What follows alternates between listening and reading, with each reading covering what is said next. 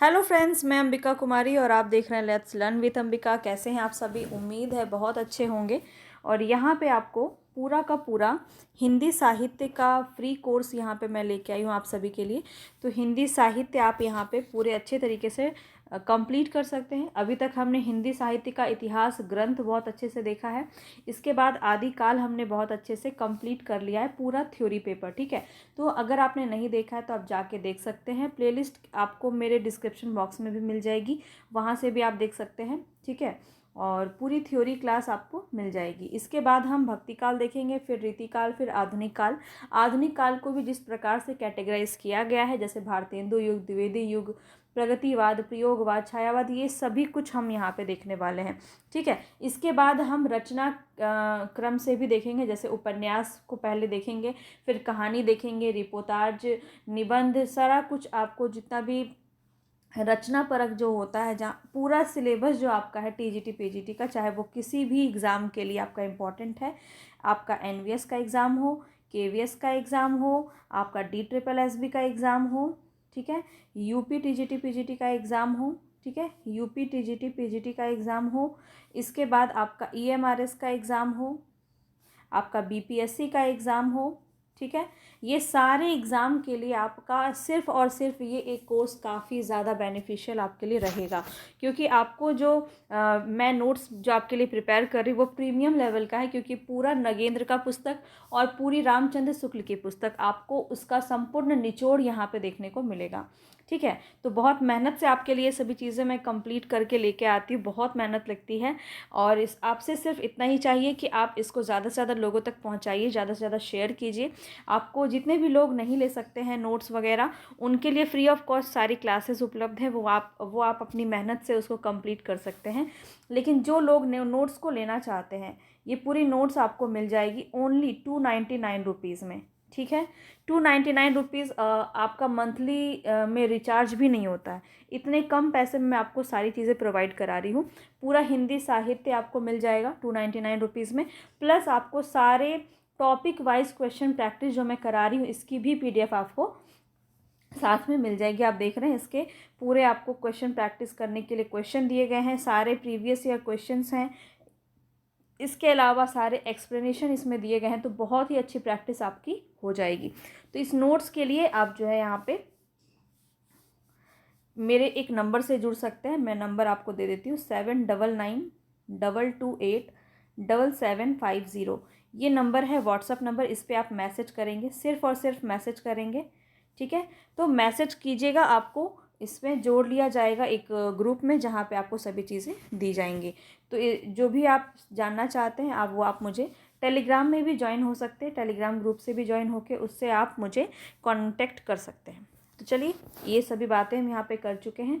अब हम यहाँ पे क्वेश्चन प्रैक्टिस करेंगे। सबसे पहले हम क्वेश्चन को देखेंगे, और यहाँ पे जितने भी लोगों ने क्लास देखा है, मैंने जितनी भी चीज़ें कराई हैं, वो अगर आपने ध्यान से किया हुआ है तो बहुत ही आसानी से सारे क्वेश्चंस को आप अटेम्प्ट कर पाइएगा और देख पाइएगा कि जितनी भी चीज़ें मैंने आपको कराई हैं कितना ज़्यादा बेनिफिशियल है आपके लिए। वो नोट्स आपके लिए बहुत ही ज़्यादा बेनिफिशियल रहेगा। चलिए, यहाँ तक अगर आपने वीडियो को देखा है तो प्लीज़ एक लाइक तो कर ही सकते हैं, लाइक करके ज़्यादा से ज़्यादा लोगों तक शेयर कर दीजिए। चलिए, और नए हैं चैनल पर तो सब्सक्राइब कर लीजिएगा, तभी मेरे वीडियोज़ की नोटिफिकेशन आप तक पहुँच पाएंगे। बेल आइकन ज़रूर दबा लीजिएगा। चलिए, यहाँ पर हम स्टार्ट होते हैं। किस ग्रंथ में राधा कृष्ण के प्रेम का अनूठा वर्णन किया गया है? तो यहाँ पे मैंने आपको बहुत ही अच्छे से बताया है, बताएंगे। मृगावती, पदावली, पद्मावत या मधुमालती। बहुत ही बेहतरीन तरीका है आपका हिंदी साहित्य पढ़ने का कि सबसे पहले हम उसके थ्योरी क्लास को कंप्लीट करें, उसके बाद सेम उसी टॉपिक से आपको ढेर सारे क्वेश्चन जो है प्रैक्टिस करने को मिले। इससे बेहतर कुछ नहीं हो सकता है। बस मेहनत आपकी होनी चाहिए, और सही समय पे अगर आप मेहनत करते हैं तो यकीन मानिए आप बहुत ही जल्दी जो है सफलता पा सकेंगे। बिल्कुल, सिलेक्शन अगर आप चाहते हैं तो आपको सही समय पे जुड़ना पड़ेगा, सही डिसीजन लेना पड़ेगा। और यहाँ पे आपका जो है बी ऑप्शन बिल्कुल सही हो जाएगा, पदावली। मैंने आपको बताया है पदावली किसकी रचना है, विद्यापति की रचना है, और विद्यापति ने इनकी अपनी रचना में राधा कृष्ण के अनूठे प्रेम का वर्णन किया है, वो है पदावली। ये सभी बातें मैं जब आपको विद्यापति पढ़ा रही थी तब मैंने आपको बताया हुआ था। इसके अंदर जो एक्सप्लेनेशन है उसको हम डिस्कस नहीं करेंगे, क्योंकि वीडियोस काफ़ी लंबी हो जाएगी। जो आप आपको PDF मिल ही जाएगा इसका, तो उसमें आप देख सकते हैं इसको। चलिए, बीसलदेव रासो की नायिका का नामोल्लेख कीजिए। देखिए, मैंने आपको इसीलिए सारे जो रासो काव्य ग्रंथ थे उसके बारे में डिटेल से बताया है, ताकि देखिए यहाँ से प्रश्न आपके इस प्रकार से बनते हैं, आप सबूत के रूप में देख सकते हैं खुद ही। तो यहाँ पे देखिए नायिका के बारे में पूछ लिया, बहुत ही अच्छे से मैंने आपको पूरी कहानी बताई है शॉर्ट में कि बीसलदेव रासो में क्या कहानी है, किस प्रकार की विषय वस्तु के बारे में बात की गई है। और यहाँ पे राजमती बिल्कुल सही है, बी ऑप्शन। आगे बढ़ते हैं नेक्स्ट क्वेश्चन पे। चर्या पद के रचयिता कौन है? जल्दी जल्दी क्वेश्चंस को करेंगे, बहुत ज़्यादा टाइम नहीं लगाएंगे क्योंकि हमें क्वेश्चंस बहुत सारे करने हैं। चर्या पद की बात करें, सरहपा, सबरपा, लुईपा, कुकरीपा, ये सारी चीज़ें मैं आपको करवा चुकी हूँ। जो भी अगर इक्का दुक्का चीज़ आपका बच जाएगा वो क्वेश्चन के माध्यम से कंप्लीट हो जाएगा, ठीक है। और मुझे नहीं लगता कि ऐसा कुछ होगा, क्योंकि मैंने सब चीज़ें आपको जो है एक एक लाइन मैं खुद से पढ़ पढ़ के आपके लिए बनाई हूँ पुस्तक से, तो ये काफ़ी ज़्यादा इम्पॉर्टेंट है। और यहाँ पे देखिए बी ऑप्शन आपका जो है, चर्या पद की बात की जा रही है, सबरपा की है, बी ऑप्शन आपका बिल्कुल सही हो जाएगा।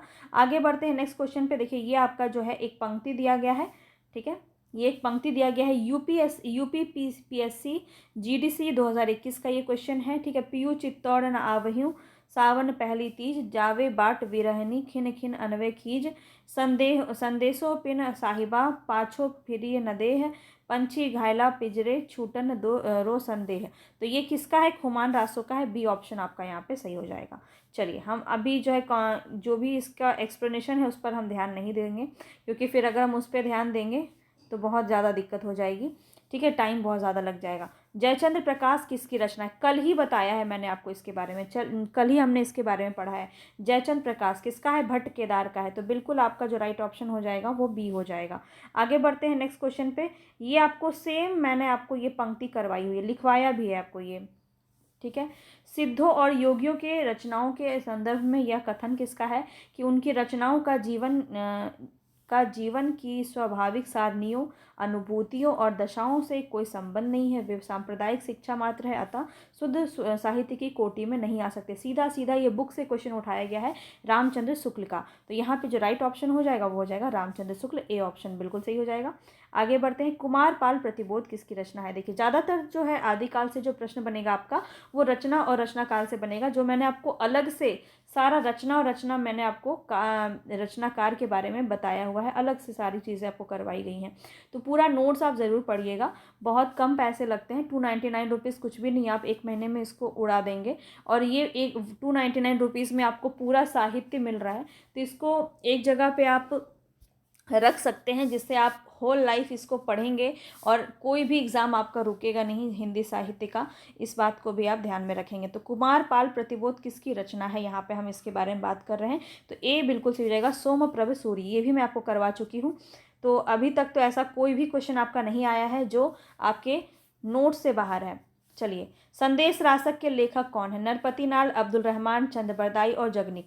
संदेश रासक के रचनाकार कौन है? अब्दुल रहमान, तो बी ऑप्शन आपका बिल्कुल सही है। अगर आपको लग रहा है, देखिए यहाँ पे इनके बारे में सारी बातें कही गई हैं, ये सारे एक्सप्लेनेशन आपको PDF के साथ मिलेंगे, तो आप वहाँ पे तसल्ली से आराम से पढ़ के इसको याद कर सकते हैं, इसके बारे में और भी अच्छे से आप रिवीजन कर सकते हैं। चलिए, यहाँ पे हम आगे बढ़ते हैं नेक्स्ट क्वेश्चन पे। विद्यापति की पदावली मैथिली हिंदी में रचित होने पर भी निम्नलिखित में से किससे प्रभावित है? यहाँ पे ये बताना है आपको कि विद्यापति की जो पदावली है मैथिली हिंदी में रचित होने पर भी किससे प्रभावित है? बांग्ला, मराठी, बिहारी या उड़िया।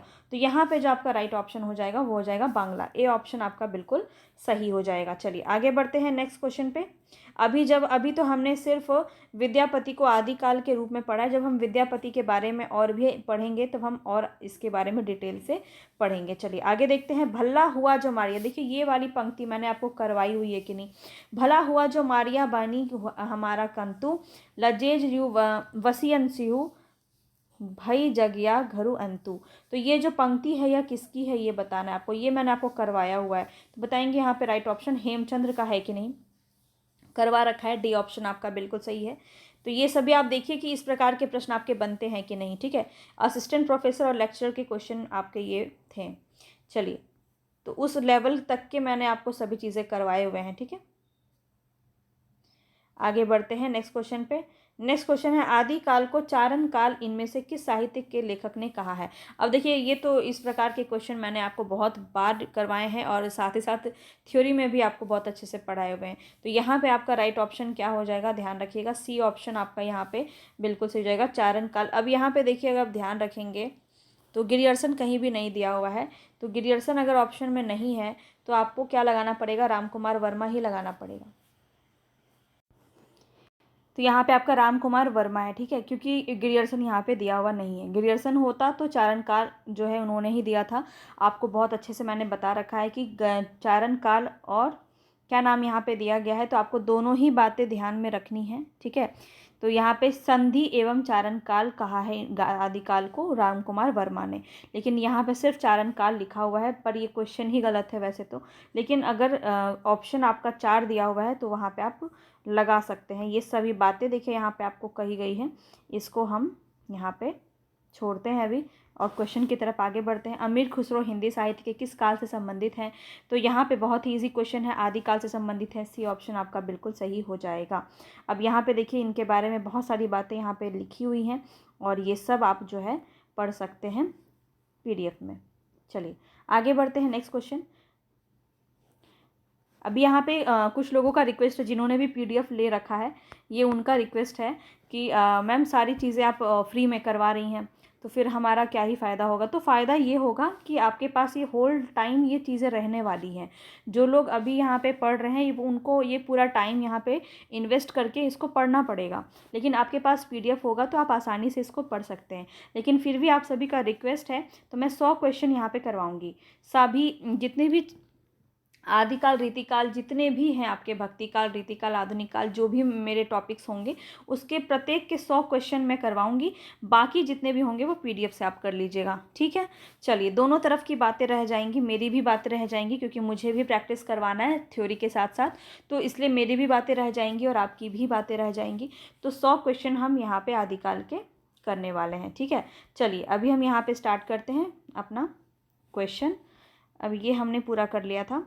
देखिए, दान वाक्यावली रचना किस रचनाकार बताएंगे कौन हो जाएंगे। दान वाक्यावली, अभी इसको हमने जो है अभी पिछले क्वेश्चन में हमने इसको देखा था, ठीक है। दान वाक्यावली किसका है, तो विद्यापति का है।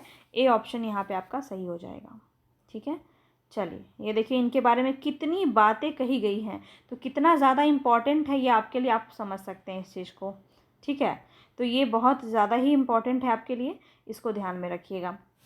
आगे बढ़ते हैं, विद्यापति को कृष्ण भक्तों की परंपरा में ना समझना चाहिए, यह किसका कथन है बताएंगे। तो 14th नंबर पे हम पहुंच चुके हैं। 14th नंबर का क्वेश्चन बताना है, हजारी प्रसाद द्विवेदी, रामचंद्र शुक्ल, रामकुमार वर्मा या फिर बच्चन सिंह। विद्यापति को कृष्ण परंपरा भक्तों की परंपरा में ना समझना चाहिए, यह किसका कथन है। तो याद रखेंगे यह जो कथन है वो रामचंद्र शुक्ल का कथन है। बी ऑप्शन आपका सही हो जाएगा।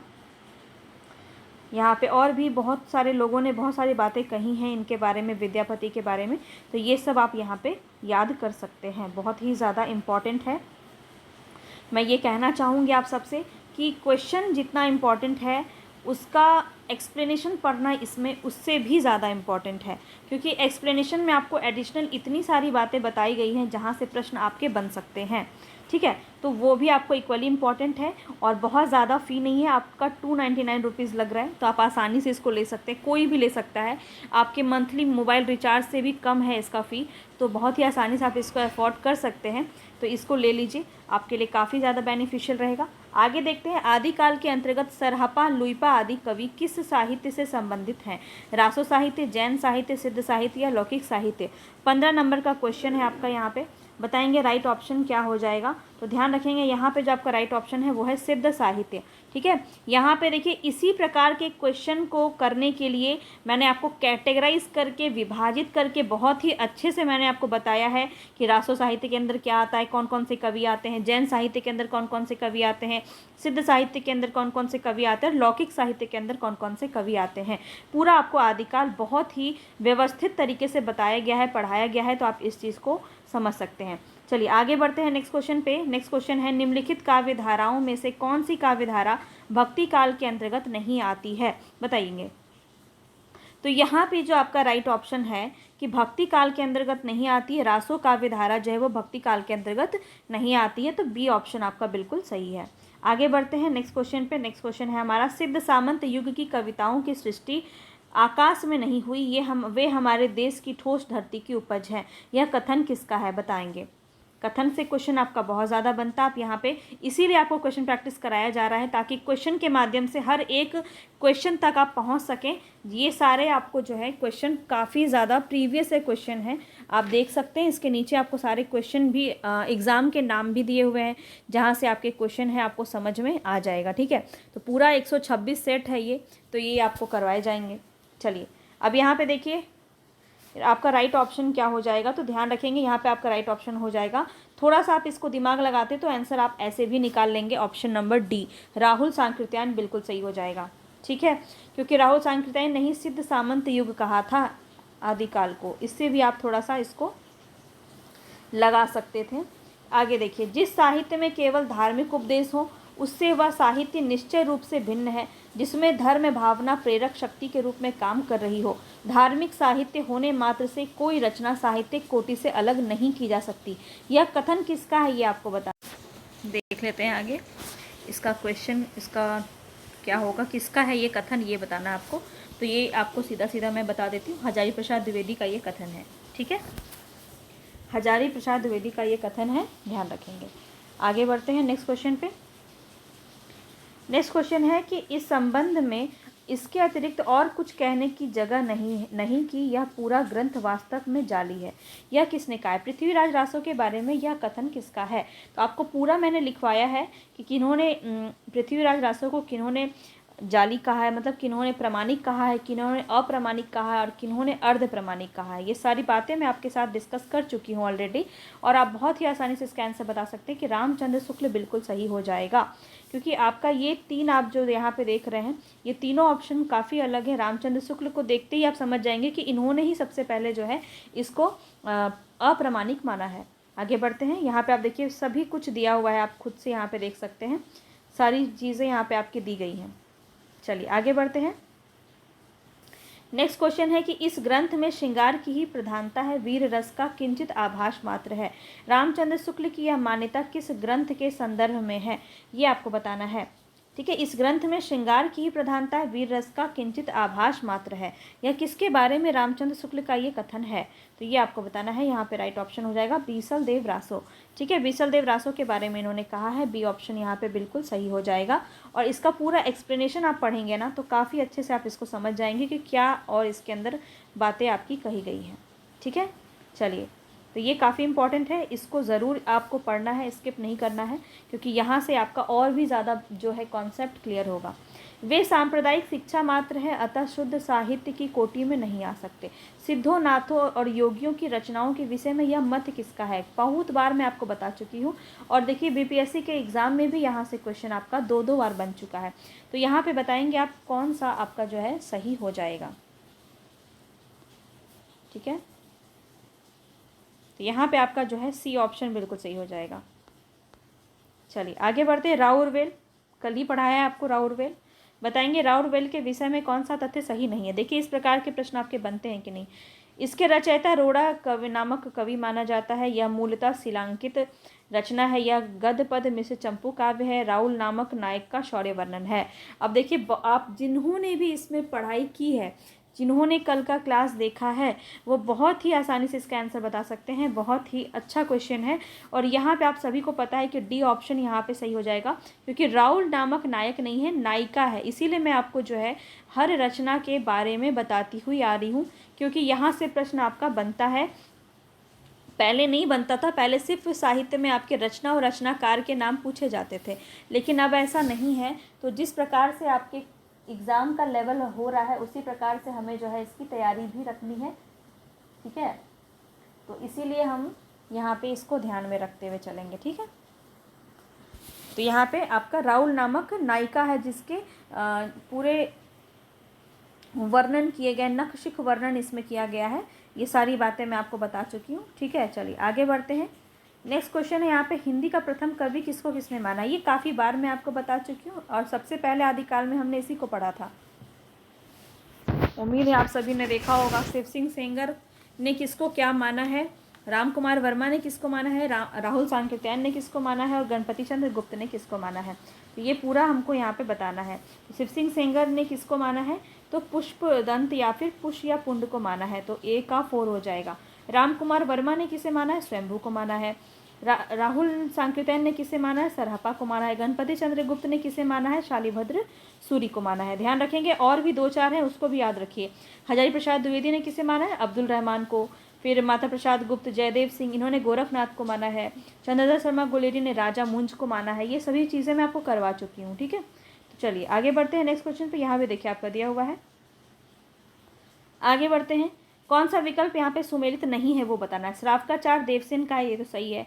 नेमिनाथ राज सुमति गनी का है, देखिए आपको बताना है कि कौन सा गलत है, तो ये तो सही है। भरतेश्वर बाहुबली राज किसका, शालिभद्र सूरी का, ये भी सही है। रेवंत गिरिराज जिनधर्म सूरी का है, जिनधर्म सूरी का है क्या, ये सारा मैं आपको रचना करवा चुकी हूँ। तो इस प्रकार के प्रश्न बहुत ज़्यादा बनते हैं, तो याद रखिए यहाँ से प्रश्न आपका बनेगा। तो अगर मैं आपको बताऊँ रेवंत गिरिराज किसका है, तो विजय सेन सूरी का है, ठीक है। जिनधर्म सूरी का नहीं है, यानी कि डी ऑप्शन आपका सही हो जाएगा। चलिए आगे बढ़ते हैं नेक्स्ट क्वेश्चन पे। सरहपा के संबंधित तथ्य यहाँ पे आपको बताना है कौन सा सही नहीं है। अब इसी प्रकार के क्वेश्चन आपके टीचिंग एग्जाम में पूछे जाएंगे, आप आगे इसको नोट करके रख लीजिए। तो आपको बहुत ही अच्छे तरीके से सभी चीज़ें पढ़नी है, डिटेल में पढ़नी है, ऊपर ऊपर पढ़ने से अब काम नहीं चलने वाला है। अब यहाँ पे देखिए सरहपा से संबंधित प्रश्न पूछा जा रहा है कि वे सिद्ध साहित्य के प्रारंभकर्ता थे, दोहा कोश इनकी प्रसिद्ध रचना थी, इनकी भाषा सर्वत्र सीधी सरल मानी जाती है और इन्होंने अंतर साधना पर जोर देते हुए पंडितों को फटकार लगाई है। कौन सा गलत है ये आपको बताना है। तो कौन सा गलत है, इनकी भाषा सर्वत्र सीधी सरल तो बिल्कुल नहीं थी, ओह सीधी सरल बिल्कुल नहीं थी, तो सी ऑप्शन यहाँ पे आपका सही हो जाएगा, ठीक है। बहुत ही जटिल भाषा थी इनकी, है ना, और ये सभी चीज़ें हम इसमें पढ़ चुके हैं, तो ये सब आपको ध्यान में रखना है। ये सब आपको ध्यान में रखना है। इनका मूल नाम राहुल भद्र था, ये सब बातें आपको याद रखनी। ये पाल शासक धर्मपाल के समकालीन थे। जो भी आपकी चीज़ें हैं यहाँ से आपकी पूछी जाती। देखिए आपको बहुत सारी बातें आपको एक्सप्लेनेशन में बताई जाती हैं इनके बारे में। देखिए 8वीं शताब्दी माना है, राहुल भद्र इनका मूल नाम था, ये पाल शासक धर्मपाल के समकालीन थे, ठीक है। और सारी बातें आपको यहाँ पे बताई गई हैं, ये काफ़ी इंपॉर्टेंट है, मैं आपको बार बार कह रही हूँ। चलिए आगे बढ़ते हैं। शंकराचार्य के बाद इतना प्रभावशाली और इतना महिमा मनवित महापुरुष भारतवर्ष में दूसरा नहीं हुआ। हजारी प्रसाद द्विवेदी की उक्ति किसके बारे में है। ये प्रश्न आपका ऐसे भी पूछा जाता है कि यह पंक्ति किसकी है। ध्यान रखिएगा हजारी प्रसाद द्विवेदी की यह पंक्ति है और इसको किसके बारे में इन्होंने ये कहा है, तो गोरखनाथ के बारे में कहा है, ठीक है। बी ऑप्शन आपका सही हो जाएगा। और किन्होंने क्या क्या कहा है ये सब आपका यहाँ पे दिया गया है, ठीक है। सारे यहाँ पे इनकी रचनाएँ सब कुछ दी गई हैं, तो आप इसको ज़रूर एक बार पढ़ लीजिएगा, ठीक है। चलिए आगे बढ़ते हैं। डॉक्टर दशरथ शर्मा आदि कुछ विद्वान पृथ्वीराज रासों के किस संस्करण को मूल रासों मानते हैं। ये मैं आपको एकदम नोट करके मैंने आपको लिखवाया है ये, ठीक है, बहुत ही ज़्यादा इम्पॉर्टेंट है। तो यहाँ पे ये आपने अगर पढ़ा है तो आप इसको बहुत ही आसानी से कर सकते हैं, लेकिन जिन्होंने नहीं पढ़ा है उनको लगेगा कि ये क्वेश्चन किस प्रकार का है। तो देखिए आपके लेवल को किस प्रकार से इंक्रीज़ किया जा रहा है, किस प्रकार के क्वेश्चन यहाँ पे आपको अटेम्प्ट करने के लिए, आपके लिए बहुत ही छोटा होगा ये क्वेश्चन अगर आपने थ्योरी क्लास को कंप्लीट देखा है। तो यहाँ पे आपका राइट ऑप्शन क्या हो जाएगा, सबसे छोटा संस्करण जो था 1300 छंदों का, ये मैं आपको पूरा लिखवाई हूँ बाकायदा, ठीक है। तो यहाँ पे सबसे छोटा संस्करण जो है 1300 छंद का, इसको जो है मूल रासों मानते हैं ये, ठीक है। चलिए अब सारी बातें यहाँ पे देखिए आपकी लिखी गई है। तो इससे क्या होगा कि जब आप एक बार नोट्स को पढ़ेंगे, जब आप क्वेश्चन प्रैक्टिस करेंगे, जो भी आपको PDF मिलेगा, क्वेश्चन प्रैक्टिस करेंगे, तो आपका फिर से सारा कुछ रिवीजन हो जाएगा। यहाँ पे जितनी बातें दी गई है ये सब आपको जो है अच्छे से समझ में आ जाएगा। और याद होना सबसे ज़्यादा इम्पॉर्टेंट है कि याद कैसे होगा, तो बार बार रिवीजन से ही आपको याद होगा। तो रिवीजन कैसे होगा, जब आप पढ़ेंगे, है ना। तो बीसल देवरास के संपादनकर्ता इनमें से कौन है बताना है आपको। बीसल देवरास के संपादनकर्ता आपको बताना है। 28 नंबर का राइट ऑप्शन यहाँ पे क्या हो जाएगा, तो याद रखिएगा माता प्रसाद गुप्त और अगरचंद नाठा, ये आपको याद रखना है। सी ऑप्शन यहाँ पे बिल्कुल सही हो जाएगा। इनके बारे में देखिए बहुत अच्छे से विस्तार में बताया गया है, इसको आप ज़रूर पढ़ लीजिएगा। चलिए आगे बढ़ते हैं। नेक्स्ट क्वेश्चन है आदिकालीन हिंदी कवि अमीर खुसरो विषय कौन सा तथ्य सही नहीं है, ये आपको बताना है। 29 नंबर का क्वेश्चन है। यहाँ पे आपका राइट ऑप्शन क्या हो जाएगा? उनकी पहेलियाँ, मुकरियाँ और दो सुखने हिंदी साहित्य में प्रसिद्ध है, बिल्कुल सही है। इनकी रचनाओं में खड़ी बोली काव्य भाषा बनने का प्रयास कर रही थी, ये भी बिल्कुल सही है। इन्होंने जन जीवन के साथ घुल मिलकर काव्य रचना की, ये भी बिल्कुल सही है। उनका लक्ष्य जनता को धर्मोपदेश देना मात्र था, ये बिल्कुल गलत है। तो यहाँ पे डी ऑप्शन ही आपका सही हो जाएगा। ठीक है, चलिए आगे बढ़ते हैं। आचार्य रामचंद्र शुक्ल के अनुसार किस रचना के आधार पर विद्यापति मैथिल कोकिल कहलाए? ये भी मैंने आपको बताया हुआ है। यहाँ बताएंगे आपका राइट ऑप्शन क्या हो जाएगा? पदावली। ठीक है, क्योंकि इन्होंने मैथिल भाषा में लिखा है। यहाँ पे सभी इनकी रचनाएं, इनके बारे में बताया गया है, सब कुछ बताया गया है। तो आप इसको ज़रूर एक बार पढ़ लीजिएगा, बहुत ही ज़्यादा इम्पॉर्टेंट है। चलिए आगे बढ़ते हैं। 31 नंबर पे इनमें कौन सा विवरण सही नहीं है? सही नहीं बताना है आपको, इसीलिए आपको सभी चीज़ें बहुत ही अच्छे से बताई गई हैं। यहाँ पे देखिए, नगेंद्र की पुस्तक से क्वेश्चन आपका उठ के आया है, और ये चूँकि मैंने सारा पढ़ के सभी चीज़ें बनाई हैं तो मुझे याद आ गया। सिद्धों की वाम मार्गी भोग साधना की प्रतिक्रिया में नाथपंथियों की हठ योग साधना प्रारंभ हुई। आपको बताना है कि कौन सा सही नहीं है। ठीक है, तो ये तो बिल्कुल सही है। जैन साहित्य आचार, रास, फागु और चरित्र आदि शैलियों में रचा गया। ये स्टार्टिंग में मैंने आपको बताया, जब जैन साहित्य हमने शुरू किया था उसमें सबसे पहले हमने यही आपको बताया था। तो ये भी आपका बिल्कुल सही है। हिंदी प्रदेश में पूर्वी भाग में जैन साधुओं ने हिंदी कविताओं के माध्यम से जैन मत का प्रचार किया। तो ये जो था आपका बिल्कुल गलत हो जाएगा, क्योंकि इन्होंने जो है जैन धर्म का प्रचार भारत में तीव्रता से तो हुआ, लेकिन यहाँ पे बोला जा रहा है पूर्वी भाग में, पूर्वी भाग में नहीं हुआ था आपका ये। तो सी ऑप्शन यहाँ पे गलत हो जाएगा। ठीक है, सी ऑप्शन ही गलत हो जाएगा। आगे देखिए, सिद्ध साहित्य बौद्ध धर्म की वज्रयान शाखा से विकसित हुआ, ये भी बिल्कुल सही है। चलिए आगे बढ़ते हैं। इनके बारे में देखिए, यहाँ पे बहुत सारी बातें बताई गई हैं, इसको भी आप ध्यान से पढ़ लेंगे। चलिए आगे बढ़ते हैं। नेक्स्ट क्वेश्चन है 32 नंबर पे, अपभ्रंश के कवियों को विस्मरण करना हमारे लिए हानि की वस्तु है। यदि यही कवि हिंदी काव्यधारा के प्रथम सृष्टा थे, यह कथन किसका है? बताना है आपको। आप देख रहे हैं कि किस लेवल तक की तैयारी आपकी यहाँ पे करवाई जा रही है। और आप अगर चिंता कर रहे हैं बीपीएससी के लिए, तो बिल्कुल ये समझ के रखिए कि अगर पूरा टाइम मुझे आप फॉलो करते हैं, मेरे क्लास को आप अगर कंटिन्यू देखते हैं, उसको रिवीजन करते हैं टाइम पे, तो आपका बीपीएससी जैसे जो एग्ज़ाम है बिल्कुल भी नहीं रुकेंगे। क्योंकि बीपीएससी में आपके इतने हार्ड लेवल के नहीं पूछे जाते हैं। बीपीएससी में आपके इससे इजी लेवल ही पूछा जाता है, पर कोई कुछ कह नहीं सकते, हो सकता है आगे चल के आपका क्वेश्चन हार्ड लेवल का भी पूछा जाए, क्योंकि एक बार पूछा जा चुका है। टीआरई 1 में आपने देखा क्वेश्चन के लेवल अच्छे लेवल के थे। तो कुछ भी कहा नहीं जा सकता है कि बीपीएससी का मूड कब चेंज हो जाए, इसीलिए आपको अपनी तैयारी बहुत ही बेहतर तरीके की रखनी है। ठीक है, अब यहाँ पे आपको बताना है ये कथन किसका है। तो ये कथन किसका है? राहुल सांकृत्यायन का है। ए ऑप्शन यहाँ पे आपका सही हो जाएगा। चलिए आगे बढ़ते हैं। अब देखिए किन्होंने क्या क्या कहा है, ये सब बात यहाँ पे आपका दिया गया है। ठीक है, आगे बढ़िए। नेक्स्ट क्वेश्चन है 33 नंबर पे, इस पुस्तक की भाषा को कवि ने स्वयं अवहट कहा था। इसमें बीच बीच में मैथिल भाषा के प्रयोग आ गए हैं। भाषा के अध्ययन की दृष्टि से इस पुस्तक का महत्व है ही। तो यहाँ पे हरिहर प्रसाद द्विवेदी के कथन जो है, ये किस कृति के संबंध में इन्होंने कहा है? तो ये आपको बताना है। यहाँ पे राइट ऑप्शन आपका क्या हो जाएगा? विद्यापति पदावली, कीर्ति पताका, कीर्तिलता या फिर वर्ण रत्नाकर। मैथिली भाषा के प्रयोग में आ गए हैं, आपको ध्यान होगा तो आप समझ जाएंगे। यहाँ पे आपका राइट ऑप्शन हो जाएगा कीर्तिलता। ठीक है, कीर्तिलता के बारे में ये कहा गया है। कीर्तिलता जो है वो विद्यापति की ऐतिहासिक रचना है। कीर्तिलता को विद्यापति ने कहानी कहा था। क्या कहा था? ये भी एक प्रश्न आपको कभी कभी देखने को मिलता है, कहानी कहा था।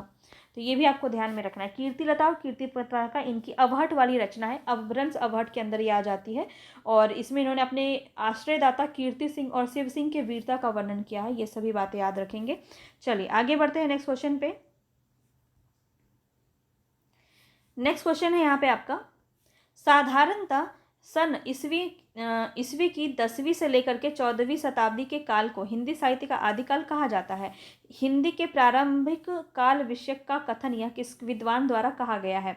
तो आपको देखते ही बहुत ही इजी क्वेश्चन है। आपको देखना है हिंदी साहित्य का आदिकाल कहा गया है, ये किसने कहा है? हरिहर प्रसाद द्विवेदी ने कहा है। सीधा सीधा आंसर आप लगा सकते हैं, हरिहर प्रसाद द्विवेदी, क्योंकि इनको आदिकाल किसने कहा था? इन्होंने ही कहा था।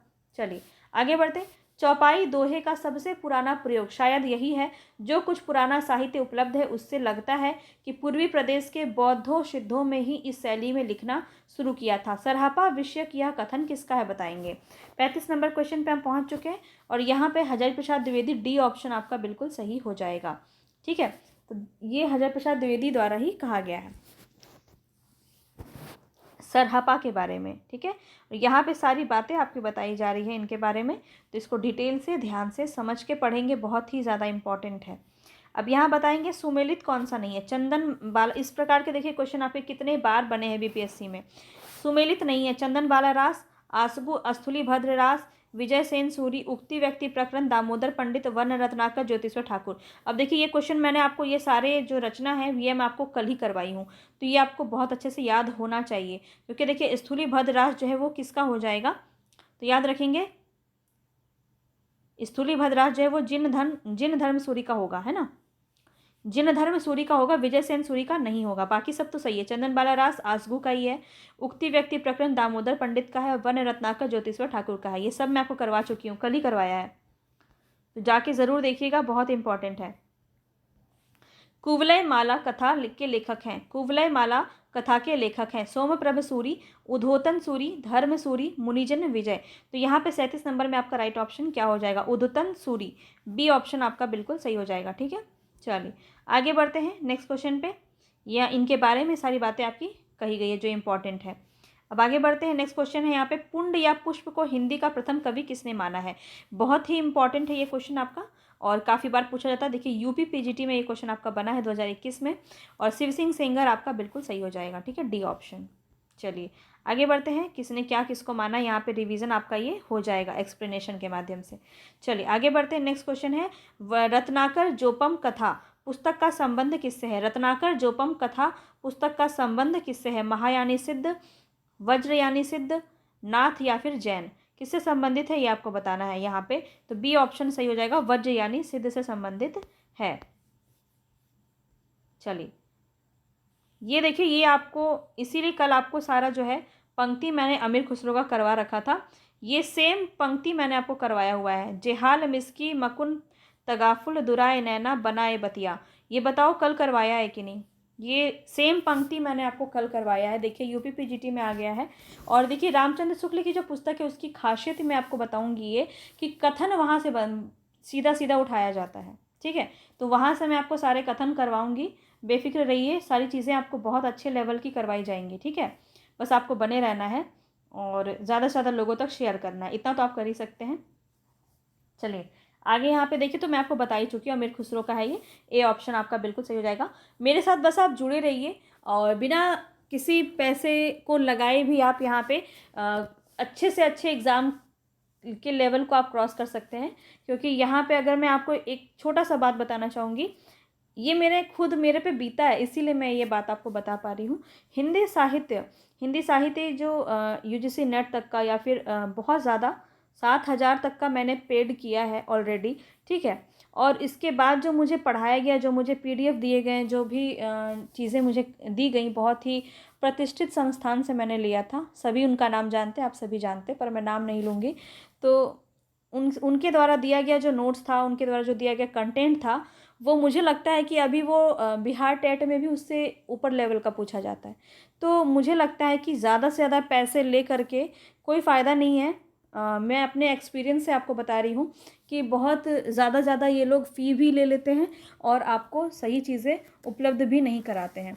अभी जो वो नोट्स हैं मेरे पास ना, वो इतने कम लगते हैं मुझे। जब मैंने पढ़ना शुरू किया, जब मैंने मानक पुस्तकों को पढ़ना शुरू किया, तब मुझे पता चला कि जो क्वेश्चन आते हैं वो वहाँ से आते ही नहीं है जो उन्होंने दिया हुआ है। तो इसीलिए मैं आपको इस तरह के कंटेंट दे रही हूँ ताकि सभी लोग इसको ले सके, इसका लाभ उठा सके। जिनके पास पैसे बिल्कुल ही नहीं है वो तो फ्री ऑफ कॉस्ट यहाँ पे पढ़ सकते हैं, कोई दिक्कत ही नहीं है। जिनको नोट्स चाहिए उनके लिए बहुत ही मिनिमम प्राइस मैंने रखी है ताकि सभी लोग इसको अफोर्ड कर सकें। जिनके पास भी मोबाइल है वो 299 रुपया ले सकता है। ठीक है, और आज के टाइम पे सबके पास मोबाइल तो है, तभी तो वो ये वीडियो देख रहे हैं। तो इसीलिए मैंने ये पेमेंट आपके लिए रखी है, फ़ी रखी है, ताकि आप इसको बहुत ही आसानी से देख सकें। तो आपको ये समझ लीजिए कि ₹300 में ये 299 रुपीज़ जो है आपके लिए ये बहुत ही ज़्यादा कारगर सिद्ध होगी। इसको आप एक बार लेके देखिएगा, उसके बाद आपको समझ में आएगा। ठीक है, तो कई बार होता है ना, जब लोग सब तरफ से भटक जाते हैं, सब तरफ से थक जाते हैं, उसके बाद जो है वो पढ़ना शुरू करते हैं। तो मैंने आपको कुछ सालों का एक्सपीरियंस यहाँ पे शेयर कर दिया कि आप उस भटकाव से बच सकें और अपने सही समय पर सही डिसीज़न लें और इससे आप अपने सिलेक्शन को पा सकते हैं। चलिए आगे बढ़ते हैं। जिनको भी लेनी होगी मेरी राय वो ले सकते हैं, ना लेनी हो तो वो बिल्कुल आसानी से उसको छोड़ भी सकते हैं, कोई दिक्कत नहीं है मुझे। चलिए अब आगे देखते हैं। यहाँ पे निर्भय भीम व्यायोग के लेखक कौन है बताइए। यूपी टीजीटी में पूछा गया है, देख सकते हैं आप किस प्रकार के क्वेश्चन आपके यूपी टीजीटी में पूछे जाते हैं। बहुत ही अच्छा लेवल रहता है इनका एग्जाम का, तो आपको बहुत अच्छे से तैयारी करने की ज़रूरत है। डी ऑप्शन यहाँ पे बिल्कुल सही है, रामचंद्र सूरी। ठीक है, रामचंद्र सूरी बिल्कुल सही है। निर्भय भीम व्यायोग के लेखक हैं ये। और यहाँ पे ये समझ लीजिए कि सारे मानक पुस्तकों से यहाँ पे क्वेश्चन उठाया जाता है। आप इधर उधर से ऐसे क्वेश्चन करेंगे जो सब लोग जानते हैं, वैसे क्वेश्चन करके कोई फ़ायदा नहीं है आपका। सिलेक्शन आप तभी ले सकते हैं जब आप उससे कुछ हटके आप अपनी तैयारी को रखेंगे। आगे बढ़िए। नेक्स्ट क्वेश्चन है, निम्नलिखित में से कौन सा नाम सिद्ध परंपरा की योगिनी का नहीं बल्कि योगी का है बताएंगे। निम्नलिखित में से कौन सा नाम सिद्ध परंपरा की योगिनी का नहीं बल्कि योगी का है। यहाँ पे आपको बताना है ये कौन सा यहाँ पे ऐसे नाम है सिद्ध परंपरा की। ठीक है, तो यहाँ पे देख सकते हैं आप, ये यूपी टीजीटी का ही क्वेश्चन है आपका। और यहाँ पे आपका ए ऑप्शन बिल्कुल सही होगा, पुतलीपा। ठीक है, पुतलीपा जो है ये योगी का नाम है, ना कि योगिनी का, ये आपको ध्यान रखना है। 84 सिद्धों का नाम भी कभी कभी पूछ लिया जाता है। पूरा नाम आपको हिंदी आचार्य शुक्ल जी की पुस्तक में मिलेगा, हो सकेगा तो मैं भी डाल दूंगी, कि मैंने नहीं डाला है क्योंकि इस प्रकार के प्रश्न ज़्यादातर देखने को नहीं मिलते हैं। लेकिन 84 के 84 नाम आपके दिए गए हैं, तो वो मैं आपको, या नहीं होगा तो मैं आपको जहाँ पे व्हाट्सएप ग्रुप है हमारा, वहाँ पे मैं आपको इसके स्क्रीन शॉट भेज दूँगी। ठीक है, तो उसको भी आप एक बार देख लीजिएगा। तो बहुत इंपॉर्टेंट है, जो भी इम्पॉर्टेंट लगेगा वो सब आपके साथ यहाँ पे शेयर होगा, तो आपको बिल्कुल भी चिंता नहीं करना है। ऐसा नहीं है कि बस पीडीएफ दे दिया और काम ख़त्म, जो भी अपडेटेड चीज़ें हैं वो सब आपके साथ यहाँ पे शेयर होते रहेंगे। आगे बढ़ते हैं नेक्स्ट क्वेश्चन पे। हिंदवी शब्द का प्रथम प्रयोग किस इतिहासकार ने किया है। हिंदवी शब्द का प्रथम प्रयोग पूछा जा रहा है, बहुत ही इंपॉर्टेंट है। और किन्होंने किया है तो याद रखेंगे, अबू सईद ने किया है। सी ऑप्शन आपका बिल्कुल सही हो जाएगा। ठीक है, कुछ स्थानों पर इसका नाम जो है वो अमीर खुसरो से भी लिया जाता है, तो अमीर खुसरो इस ऑप्शन में नहीं है, इसीलिए आपको अबू सईद की तरफ जाना है। अगर आपका अमीर खुसरो रहता तो हिंदवी नाम उन्होंने भी यूज़ किया है, तो वो भी आप ध्यान रख सकते हैं। चलिए आगे बढ़ते हैं। नेक्स्ट क्वेश्चन है, कलचूड़ी राजवंश की 7 नायिकाओं में नायिकाओं के नक्श वर्णन संबंधित ग्रंथ कौन सा है, ये बताना है आपको। तो याद रखेंगे राउर बेली। राउर बेली बी ऑप्शन आपका बिल्कुल सही है। ठीक है, बी ऑप्शन आपका बिल्कुल सही है, राउर बेली। 2 बार ये क्वेश्चन आपका यूपी से पूछा गया है। आगे बढ़ते हैं। काम भाव और शरीर का सौंदर्य उनके यहाँ उत्सव का रूप है, विद्यापति के संदर्भ में यह कथन किसका है। काम भाव और शरीर का सौंदर्य उनके यहाँ उत्सव रूप में है, यह किसका कथन है बताएंगे। ये रामस्वरूप चतुर्वेदी का कथन है। ठीक है, ए ऑप्शन बिल्कुल सही हो जाएगा। इसीलिए हम जो है यहाँ पे क्वेश्चन कर रहे हैं, ताकि जो भी एडिशनल बातें हैं वो भी हमें अच्छे से पता चलती रहे यहाँ पे, इसीलिए क्वेश्चन प्रैक्टिस किया जाता है। अब देखिए ये कथन काफ़ी इंपॉर्टेंट है, काफ़ी बार पूछा जाता है। रामचंद्र शुक्ल का है। ये देखिए वाक्सिद्ध कवि, श्रृंगार रस के वाक्सिद्ध कवि किन्होंने कहा है, हरिहर प्रसाद द्विवेदी ने कहा है। जातीय कवि किन्होंने कहा है, बच्चन सिंह ने कहा है। और ये सब क्वेश्चन काफ़ी बनता है, तो आपको एक्सप्लेनेशन पे बहुत ध्यान देना है। 46 नंबर पे बढ़ते हैं। जितनी चीज़ें मैं आपको बता रही हूँ ना, बस इतना आप कर लेंगे ना, तो आपका जो है यहाँ पे सिलेक्शन निश्चित हो जाएगा, क्योंकि आप मेहनत इतनी कर रहे हैं। और यहाँ तक आप वीडियो को आप देखा है आपने, तो ज़रूर कमेंट बॉक्स में बताइएगा। अगर आप यहाँ तक देखें, मतलब इसका मतलब सिर्फ यही है कि आप बहुत ही मेहनती हैं, और अगर आप इतनी मेहनत कर रहे हैं तो आप ज़रूर सफल होंगे, ये बात आप ध्यान में रखिएगा। समय पे आपको मेहनत करना है। मेहनती तो बहुत लोग होते हैं, बहुत लोग मेहनत करते हैं, पर कब करते हैं, जब एग्ज़ाम का डेट आ जाता है। तो ये आपको ध्यान में रखना है कि जब एग्ज़ाम का डेट नहीं आया है तब से आपको मेहनत करनी पड़ेगी। 1 महीने की मेहनत से कुछ लोग ऐसे होते हैं जो सिद्ध पुरुष होते हैं, सिद्ध स्त्रियां होती हैं, वो 1 महीने में भी कर लेती हैं, लेकिन बहुत सारे ऐसे नहीं होते हैं। तो आपको समय देना पड़ेगा, मेहनत करनी पड़ेगी और रिवीजन करना पड़ेगा।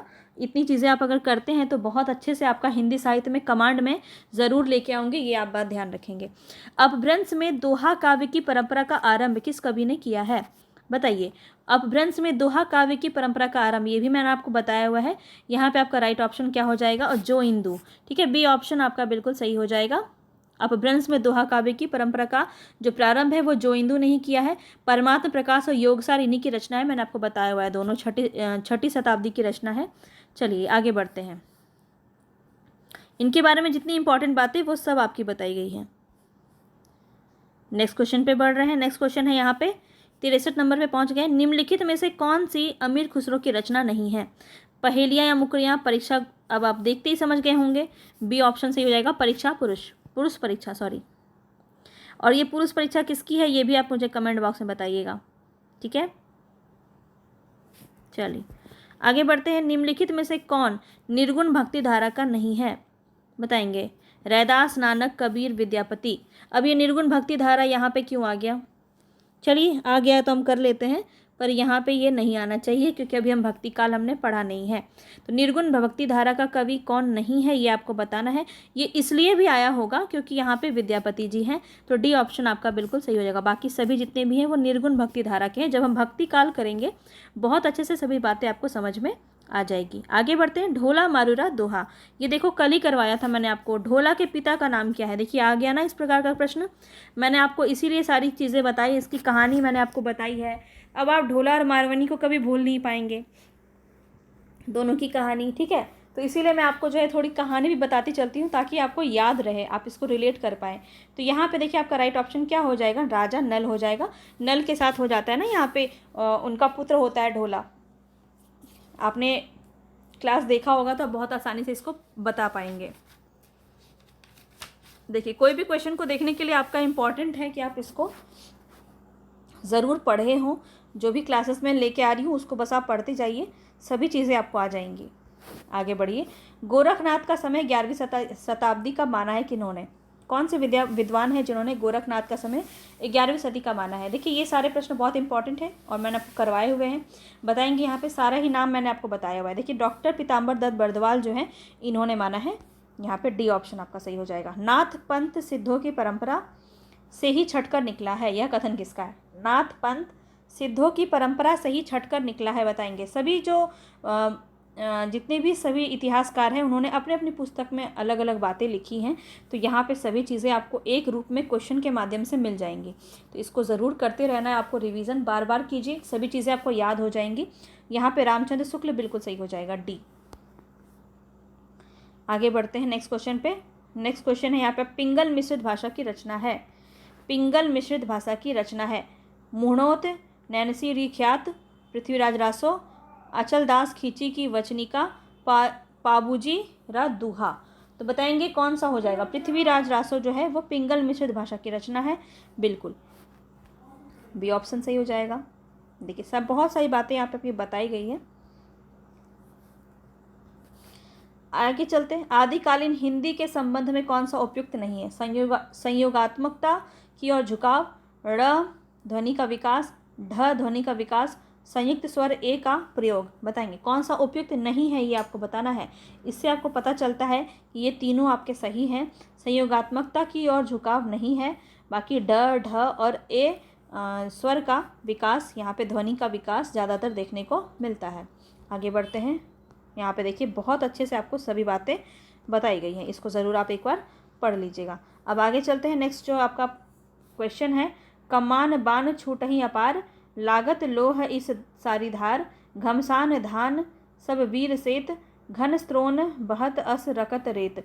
ये जो पंक्ति है ये कहाँ से आया है ये आपको बताना है। अब यहाँ पे थोड़ा सा देखने में आपको समस्या हो सकता है, तो मैं आपको बता देती हूँ। पृथ्वीराज की सेना और समुद्र शिखर की सेना से संबंधित है, तो सी ऑप्शन यहाँ पे सी। इस प्रकार के प्रश्न आपके ज़्यादातर पूछे नहीं जाएंगे। यहाँ पे थोड़ा सा देखिए आपका पिक्चर लेने में थोड़ा सा हिल गया है, आई थिंक इस प्रकार का क्वेश्चन, इसीलिए थोड़ा सा दिक्कत हो सकता है। मैं आपको पढ़ के सुना दे रही हूँ। यह कहानी 16वीं शताब्दी के बाद की लिखी हुई है और रासों में प्रक्षिप्त हुई है। पद्मावती समय के विषय में यह कथन किसका है, बताएंगे। तो यहाँ पे हजारी प्रसाद द्विवेदी बिल्कुल सही हो जाएगा, बी ऑप्शन। आगे बढ़ते हैं। ये देखिए इनके बारे में कितना अच्छा से सब कुछ दिया गया है, तो ये आप ज़रूर पढ़िएगा, ठीक है। आगे बढ़ते हैं। तिब्बत के 84 सिद्धों की परंपरा कौन से सिद्ध से आरंभ हुई, बहुत ही इंपॉर्टेंट है, बताएंगे। 72 नंबर का क्वेश्चन आंसर आपको बताना है। तो यहाँ पे आपको ध्यान रखना है, लुइपा बिल्कुल सही हो जाएगा, ठीक है। तिब्बत के 84 सिद्धों की परंपरा कौन से सिद्ध से आरंभ हुई है, तो लुइपा हो जाएगा, क्योंकि इनको सबसे ज़्यादा प्रथम माना जाता है, सबसे बड़ा माना जाता है। ये सब मैं आपको बता चुकी हूँ सिद्ध साहित्य में। चलिए आगे देखते हैं। नेक्स्ट क्वेश्चन है, निम्न में से कौन आदिकाल के अंतिम चरण के सुप्रसिद्ध कवि हैं। अंतिम चरण के कौन हो जाएंगे, तो यहाँ पे ध्यान रखिएगा, यहाँ पे जो आपका राइट ऑप्शन हो जाएगा वो हो जाएगा अमीर खुसरो, ए ऑप्शन, ठीक है। मैं पढ़ पा रही हूँ, इसका मतलब पढ़ने लायक है ना। चलिए, हिंदी साहित्य का प्रथम महाकाव्य कौन सा है, तो ये तो सबको पता होगा, पृथ्वीराज रासो, बी ऑप्शन बिल्कुल सही है, शुक्ल जी ने कहा है, और यहाँ पे बी ऑप्शन आपका सही हो जाएगा। चलिए इसको सुमेलित करेंगे। गोरखनाथ और उनका युग, नाथ संप्रदाय, हिंदी काव्य में निर्गुण संप्रदाय, सिद्ध साहित्य, इसको सुमेलित करना है आपको, ठीक है। गोरखनाथ और उनका युग ये किसका है, तो ये रांग राघव का है। नाथ संप्रदाय ये हजारी प्रसाद द्विवेदी का है। हिंदी काव्य में निर्गुण संप्रदाय ये किसका हो जाएगा, पीताम्बर दत्त बर्दवाल का हो जाएगा। और सिद्ध साहित्य जो है ये धर्मवीर भारती का हो जाएगा। इन्होंने क्या किया है, इस प्रकार की रचनाएं इन्होंने लिखी हैं। चलिए आगे बढ़ते हैं। नेक्स्ट क्वेश्चन है, भरत मुनि ने अपभ्रंश को नाम दिया है, क्या नाम दिया है। भरत मुनि ने अपभ्रंश को क्या नाम दिया, लोक भाषा, जन भाषा, देश भाषा, अशुद्ध भाषा, तो देश भाषा नाम दिया है, सी ऑप्शन यहाँ पे सही हो जाएगा।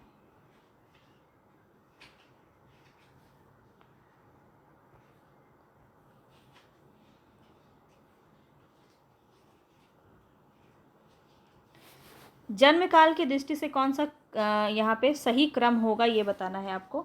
देख लेते हैं यहाँ पे जन्म काल की दृष्टि से, तो पहले चंद्रबरदाई आएंगे, फिर जगनिक, फिर खुसरो, फिर श्रीधर, तो सी ऑप्शन यहाँ पे आपका सही हो जाएगा, ठीक है। चंद्रबरदाई की बात करें तो 1168 से इनका समय माना जाता है 1192 का। जगनिक का, अच्छा यहाँ नीचे दिया होगा, एक बार देख लीजिए यहाँ, देखिए जगनिक का 1173, अमीर खुसरो का 1253 और श्रीधर का 14वीं शताब्दी से है। तो इस प्रकार से आपका सही क्रम ये हो जाएगा। बाकी के 80 तक चलेंगे, बाकी के क्वेश्चन हम कल करेंगे, क्योंकि बीच में कुछ क्वेश्चन छूट गए थे, तो वो भी हम ले लेंगे। इनमें से कौन सा ग्रंथ लौकिक चरित्र काव्य माना जाता है, बताएंगे। यहाँ पे आपका राइट ऑप्शन क्या हो जाएगा, भविष्यत कहा, ठीक है। लौकिक चरित्र काव्य पूछा जा रहा है, भविष्यत कहा हो जाएगा यहाँ पे बिल्कुल सही, ठीक है। धनपाल की रचना है, ध्यान रखेंगे। नाथ संप्रदाय के प्रवर्तक इनमें से कौन है, नाथ संप्रदाय के प्रवर्तक इनमें से कौन है, गोरखनाथ, महानाथ, चरपटनाथ, नेमिनाथ, बताएंगे कौन सा यहाँ पे सही होगा। गोरखनाथ बिल्कुल सही हो जाएगा। आगे बढ़ते हैं।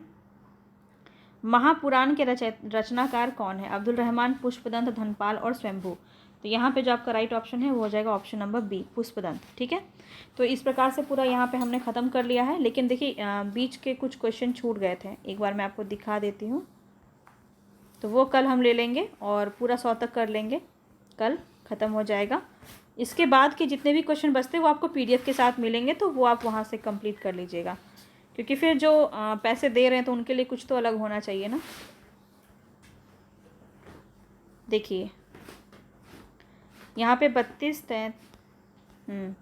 यहाँ पे देखिए 39 नंबर क्वेश्चन है, देखिए 39 नंबर क्वेश्चन है, इसके बाद 40 है, ठीक है, हाँ यहाँ पे है, देखिए 46 नंबर क्वेश्चन है, इसके बाद 2 पेज स्किप हो गया है, यहाँ पे 63 नंबर क्वेश्चन है। तो ये जो बीच का क्वेश्चन जो बचा हुआ है ये हम कल आपको करवा देंगे और 100 तक पूरा क्वेश्चन हम ले लेंगे, ठीक है। इसके बाद आपका भक्ति काल स्टार्ट होगा, तो बस आपको रोज़ाना यहाँ पे जुड़े रहना है। मिलेंगे नेक्स्ट वीडियो में। जितने भी लोग यहाँ पे अभी तक हैं, लाइक शेयर सब्सक्राइब ज़रूर कर लीजिएगा। धन्यवाद।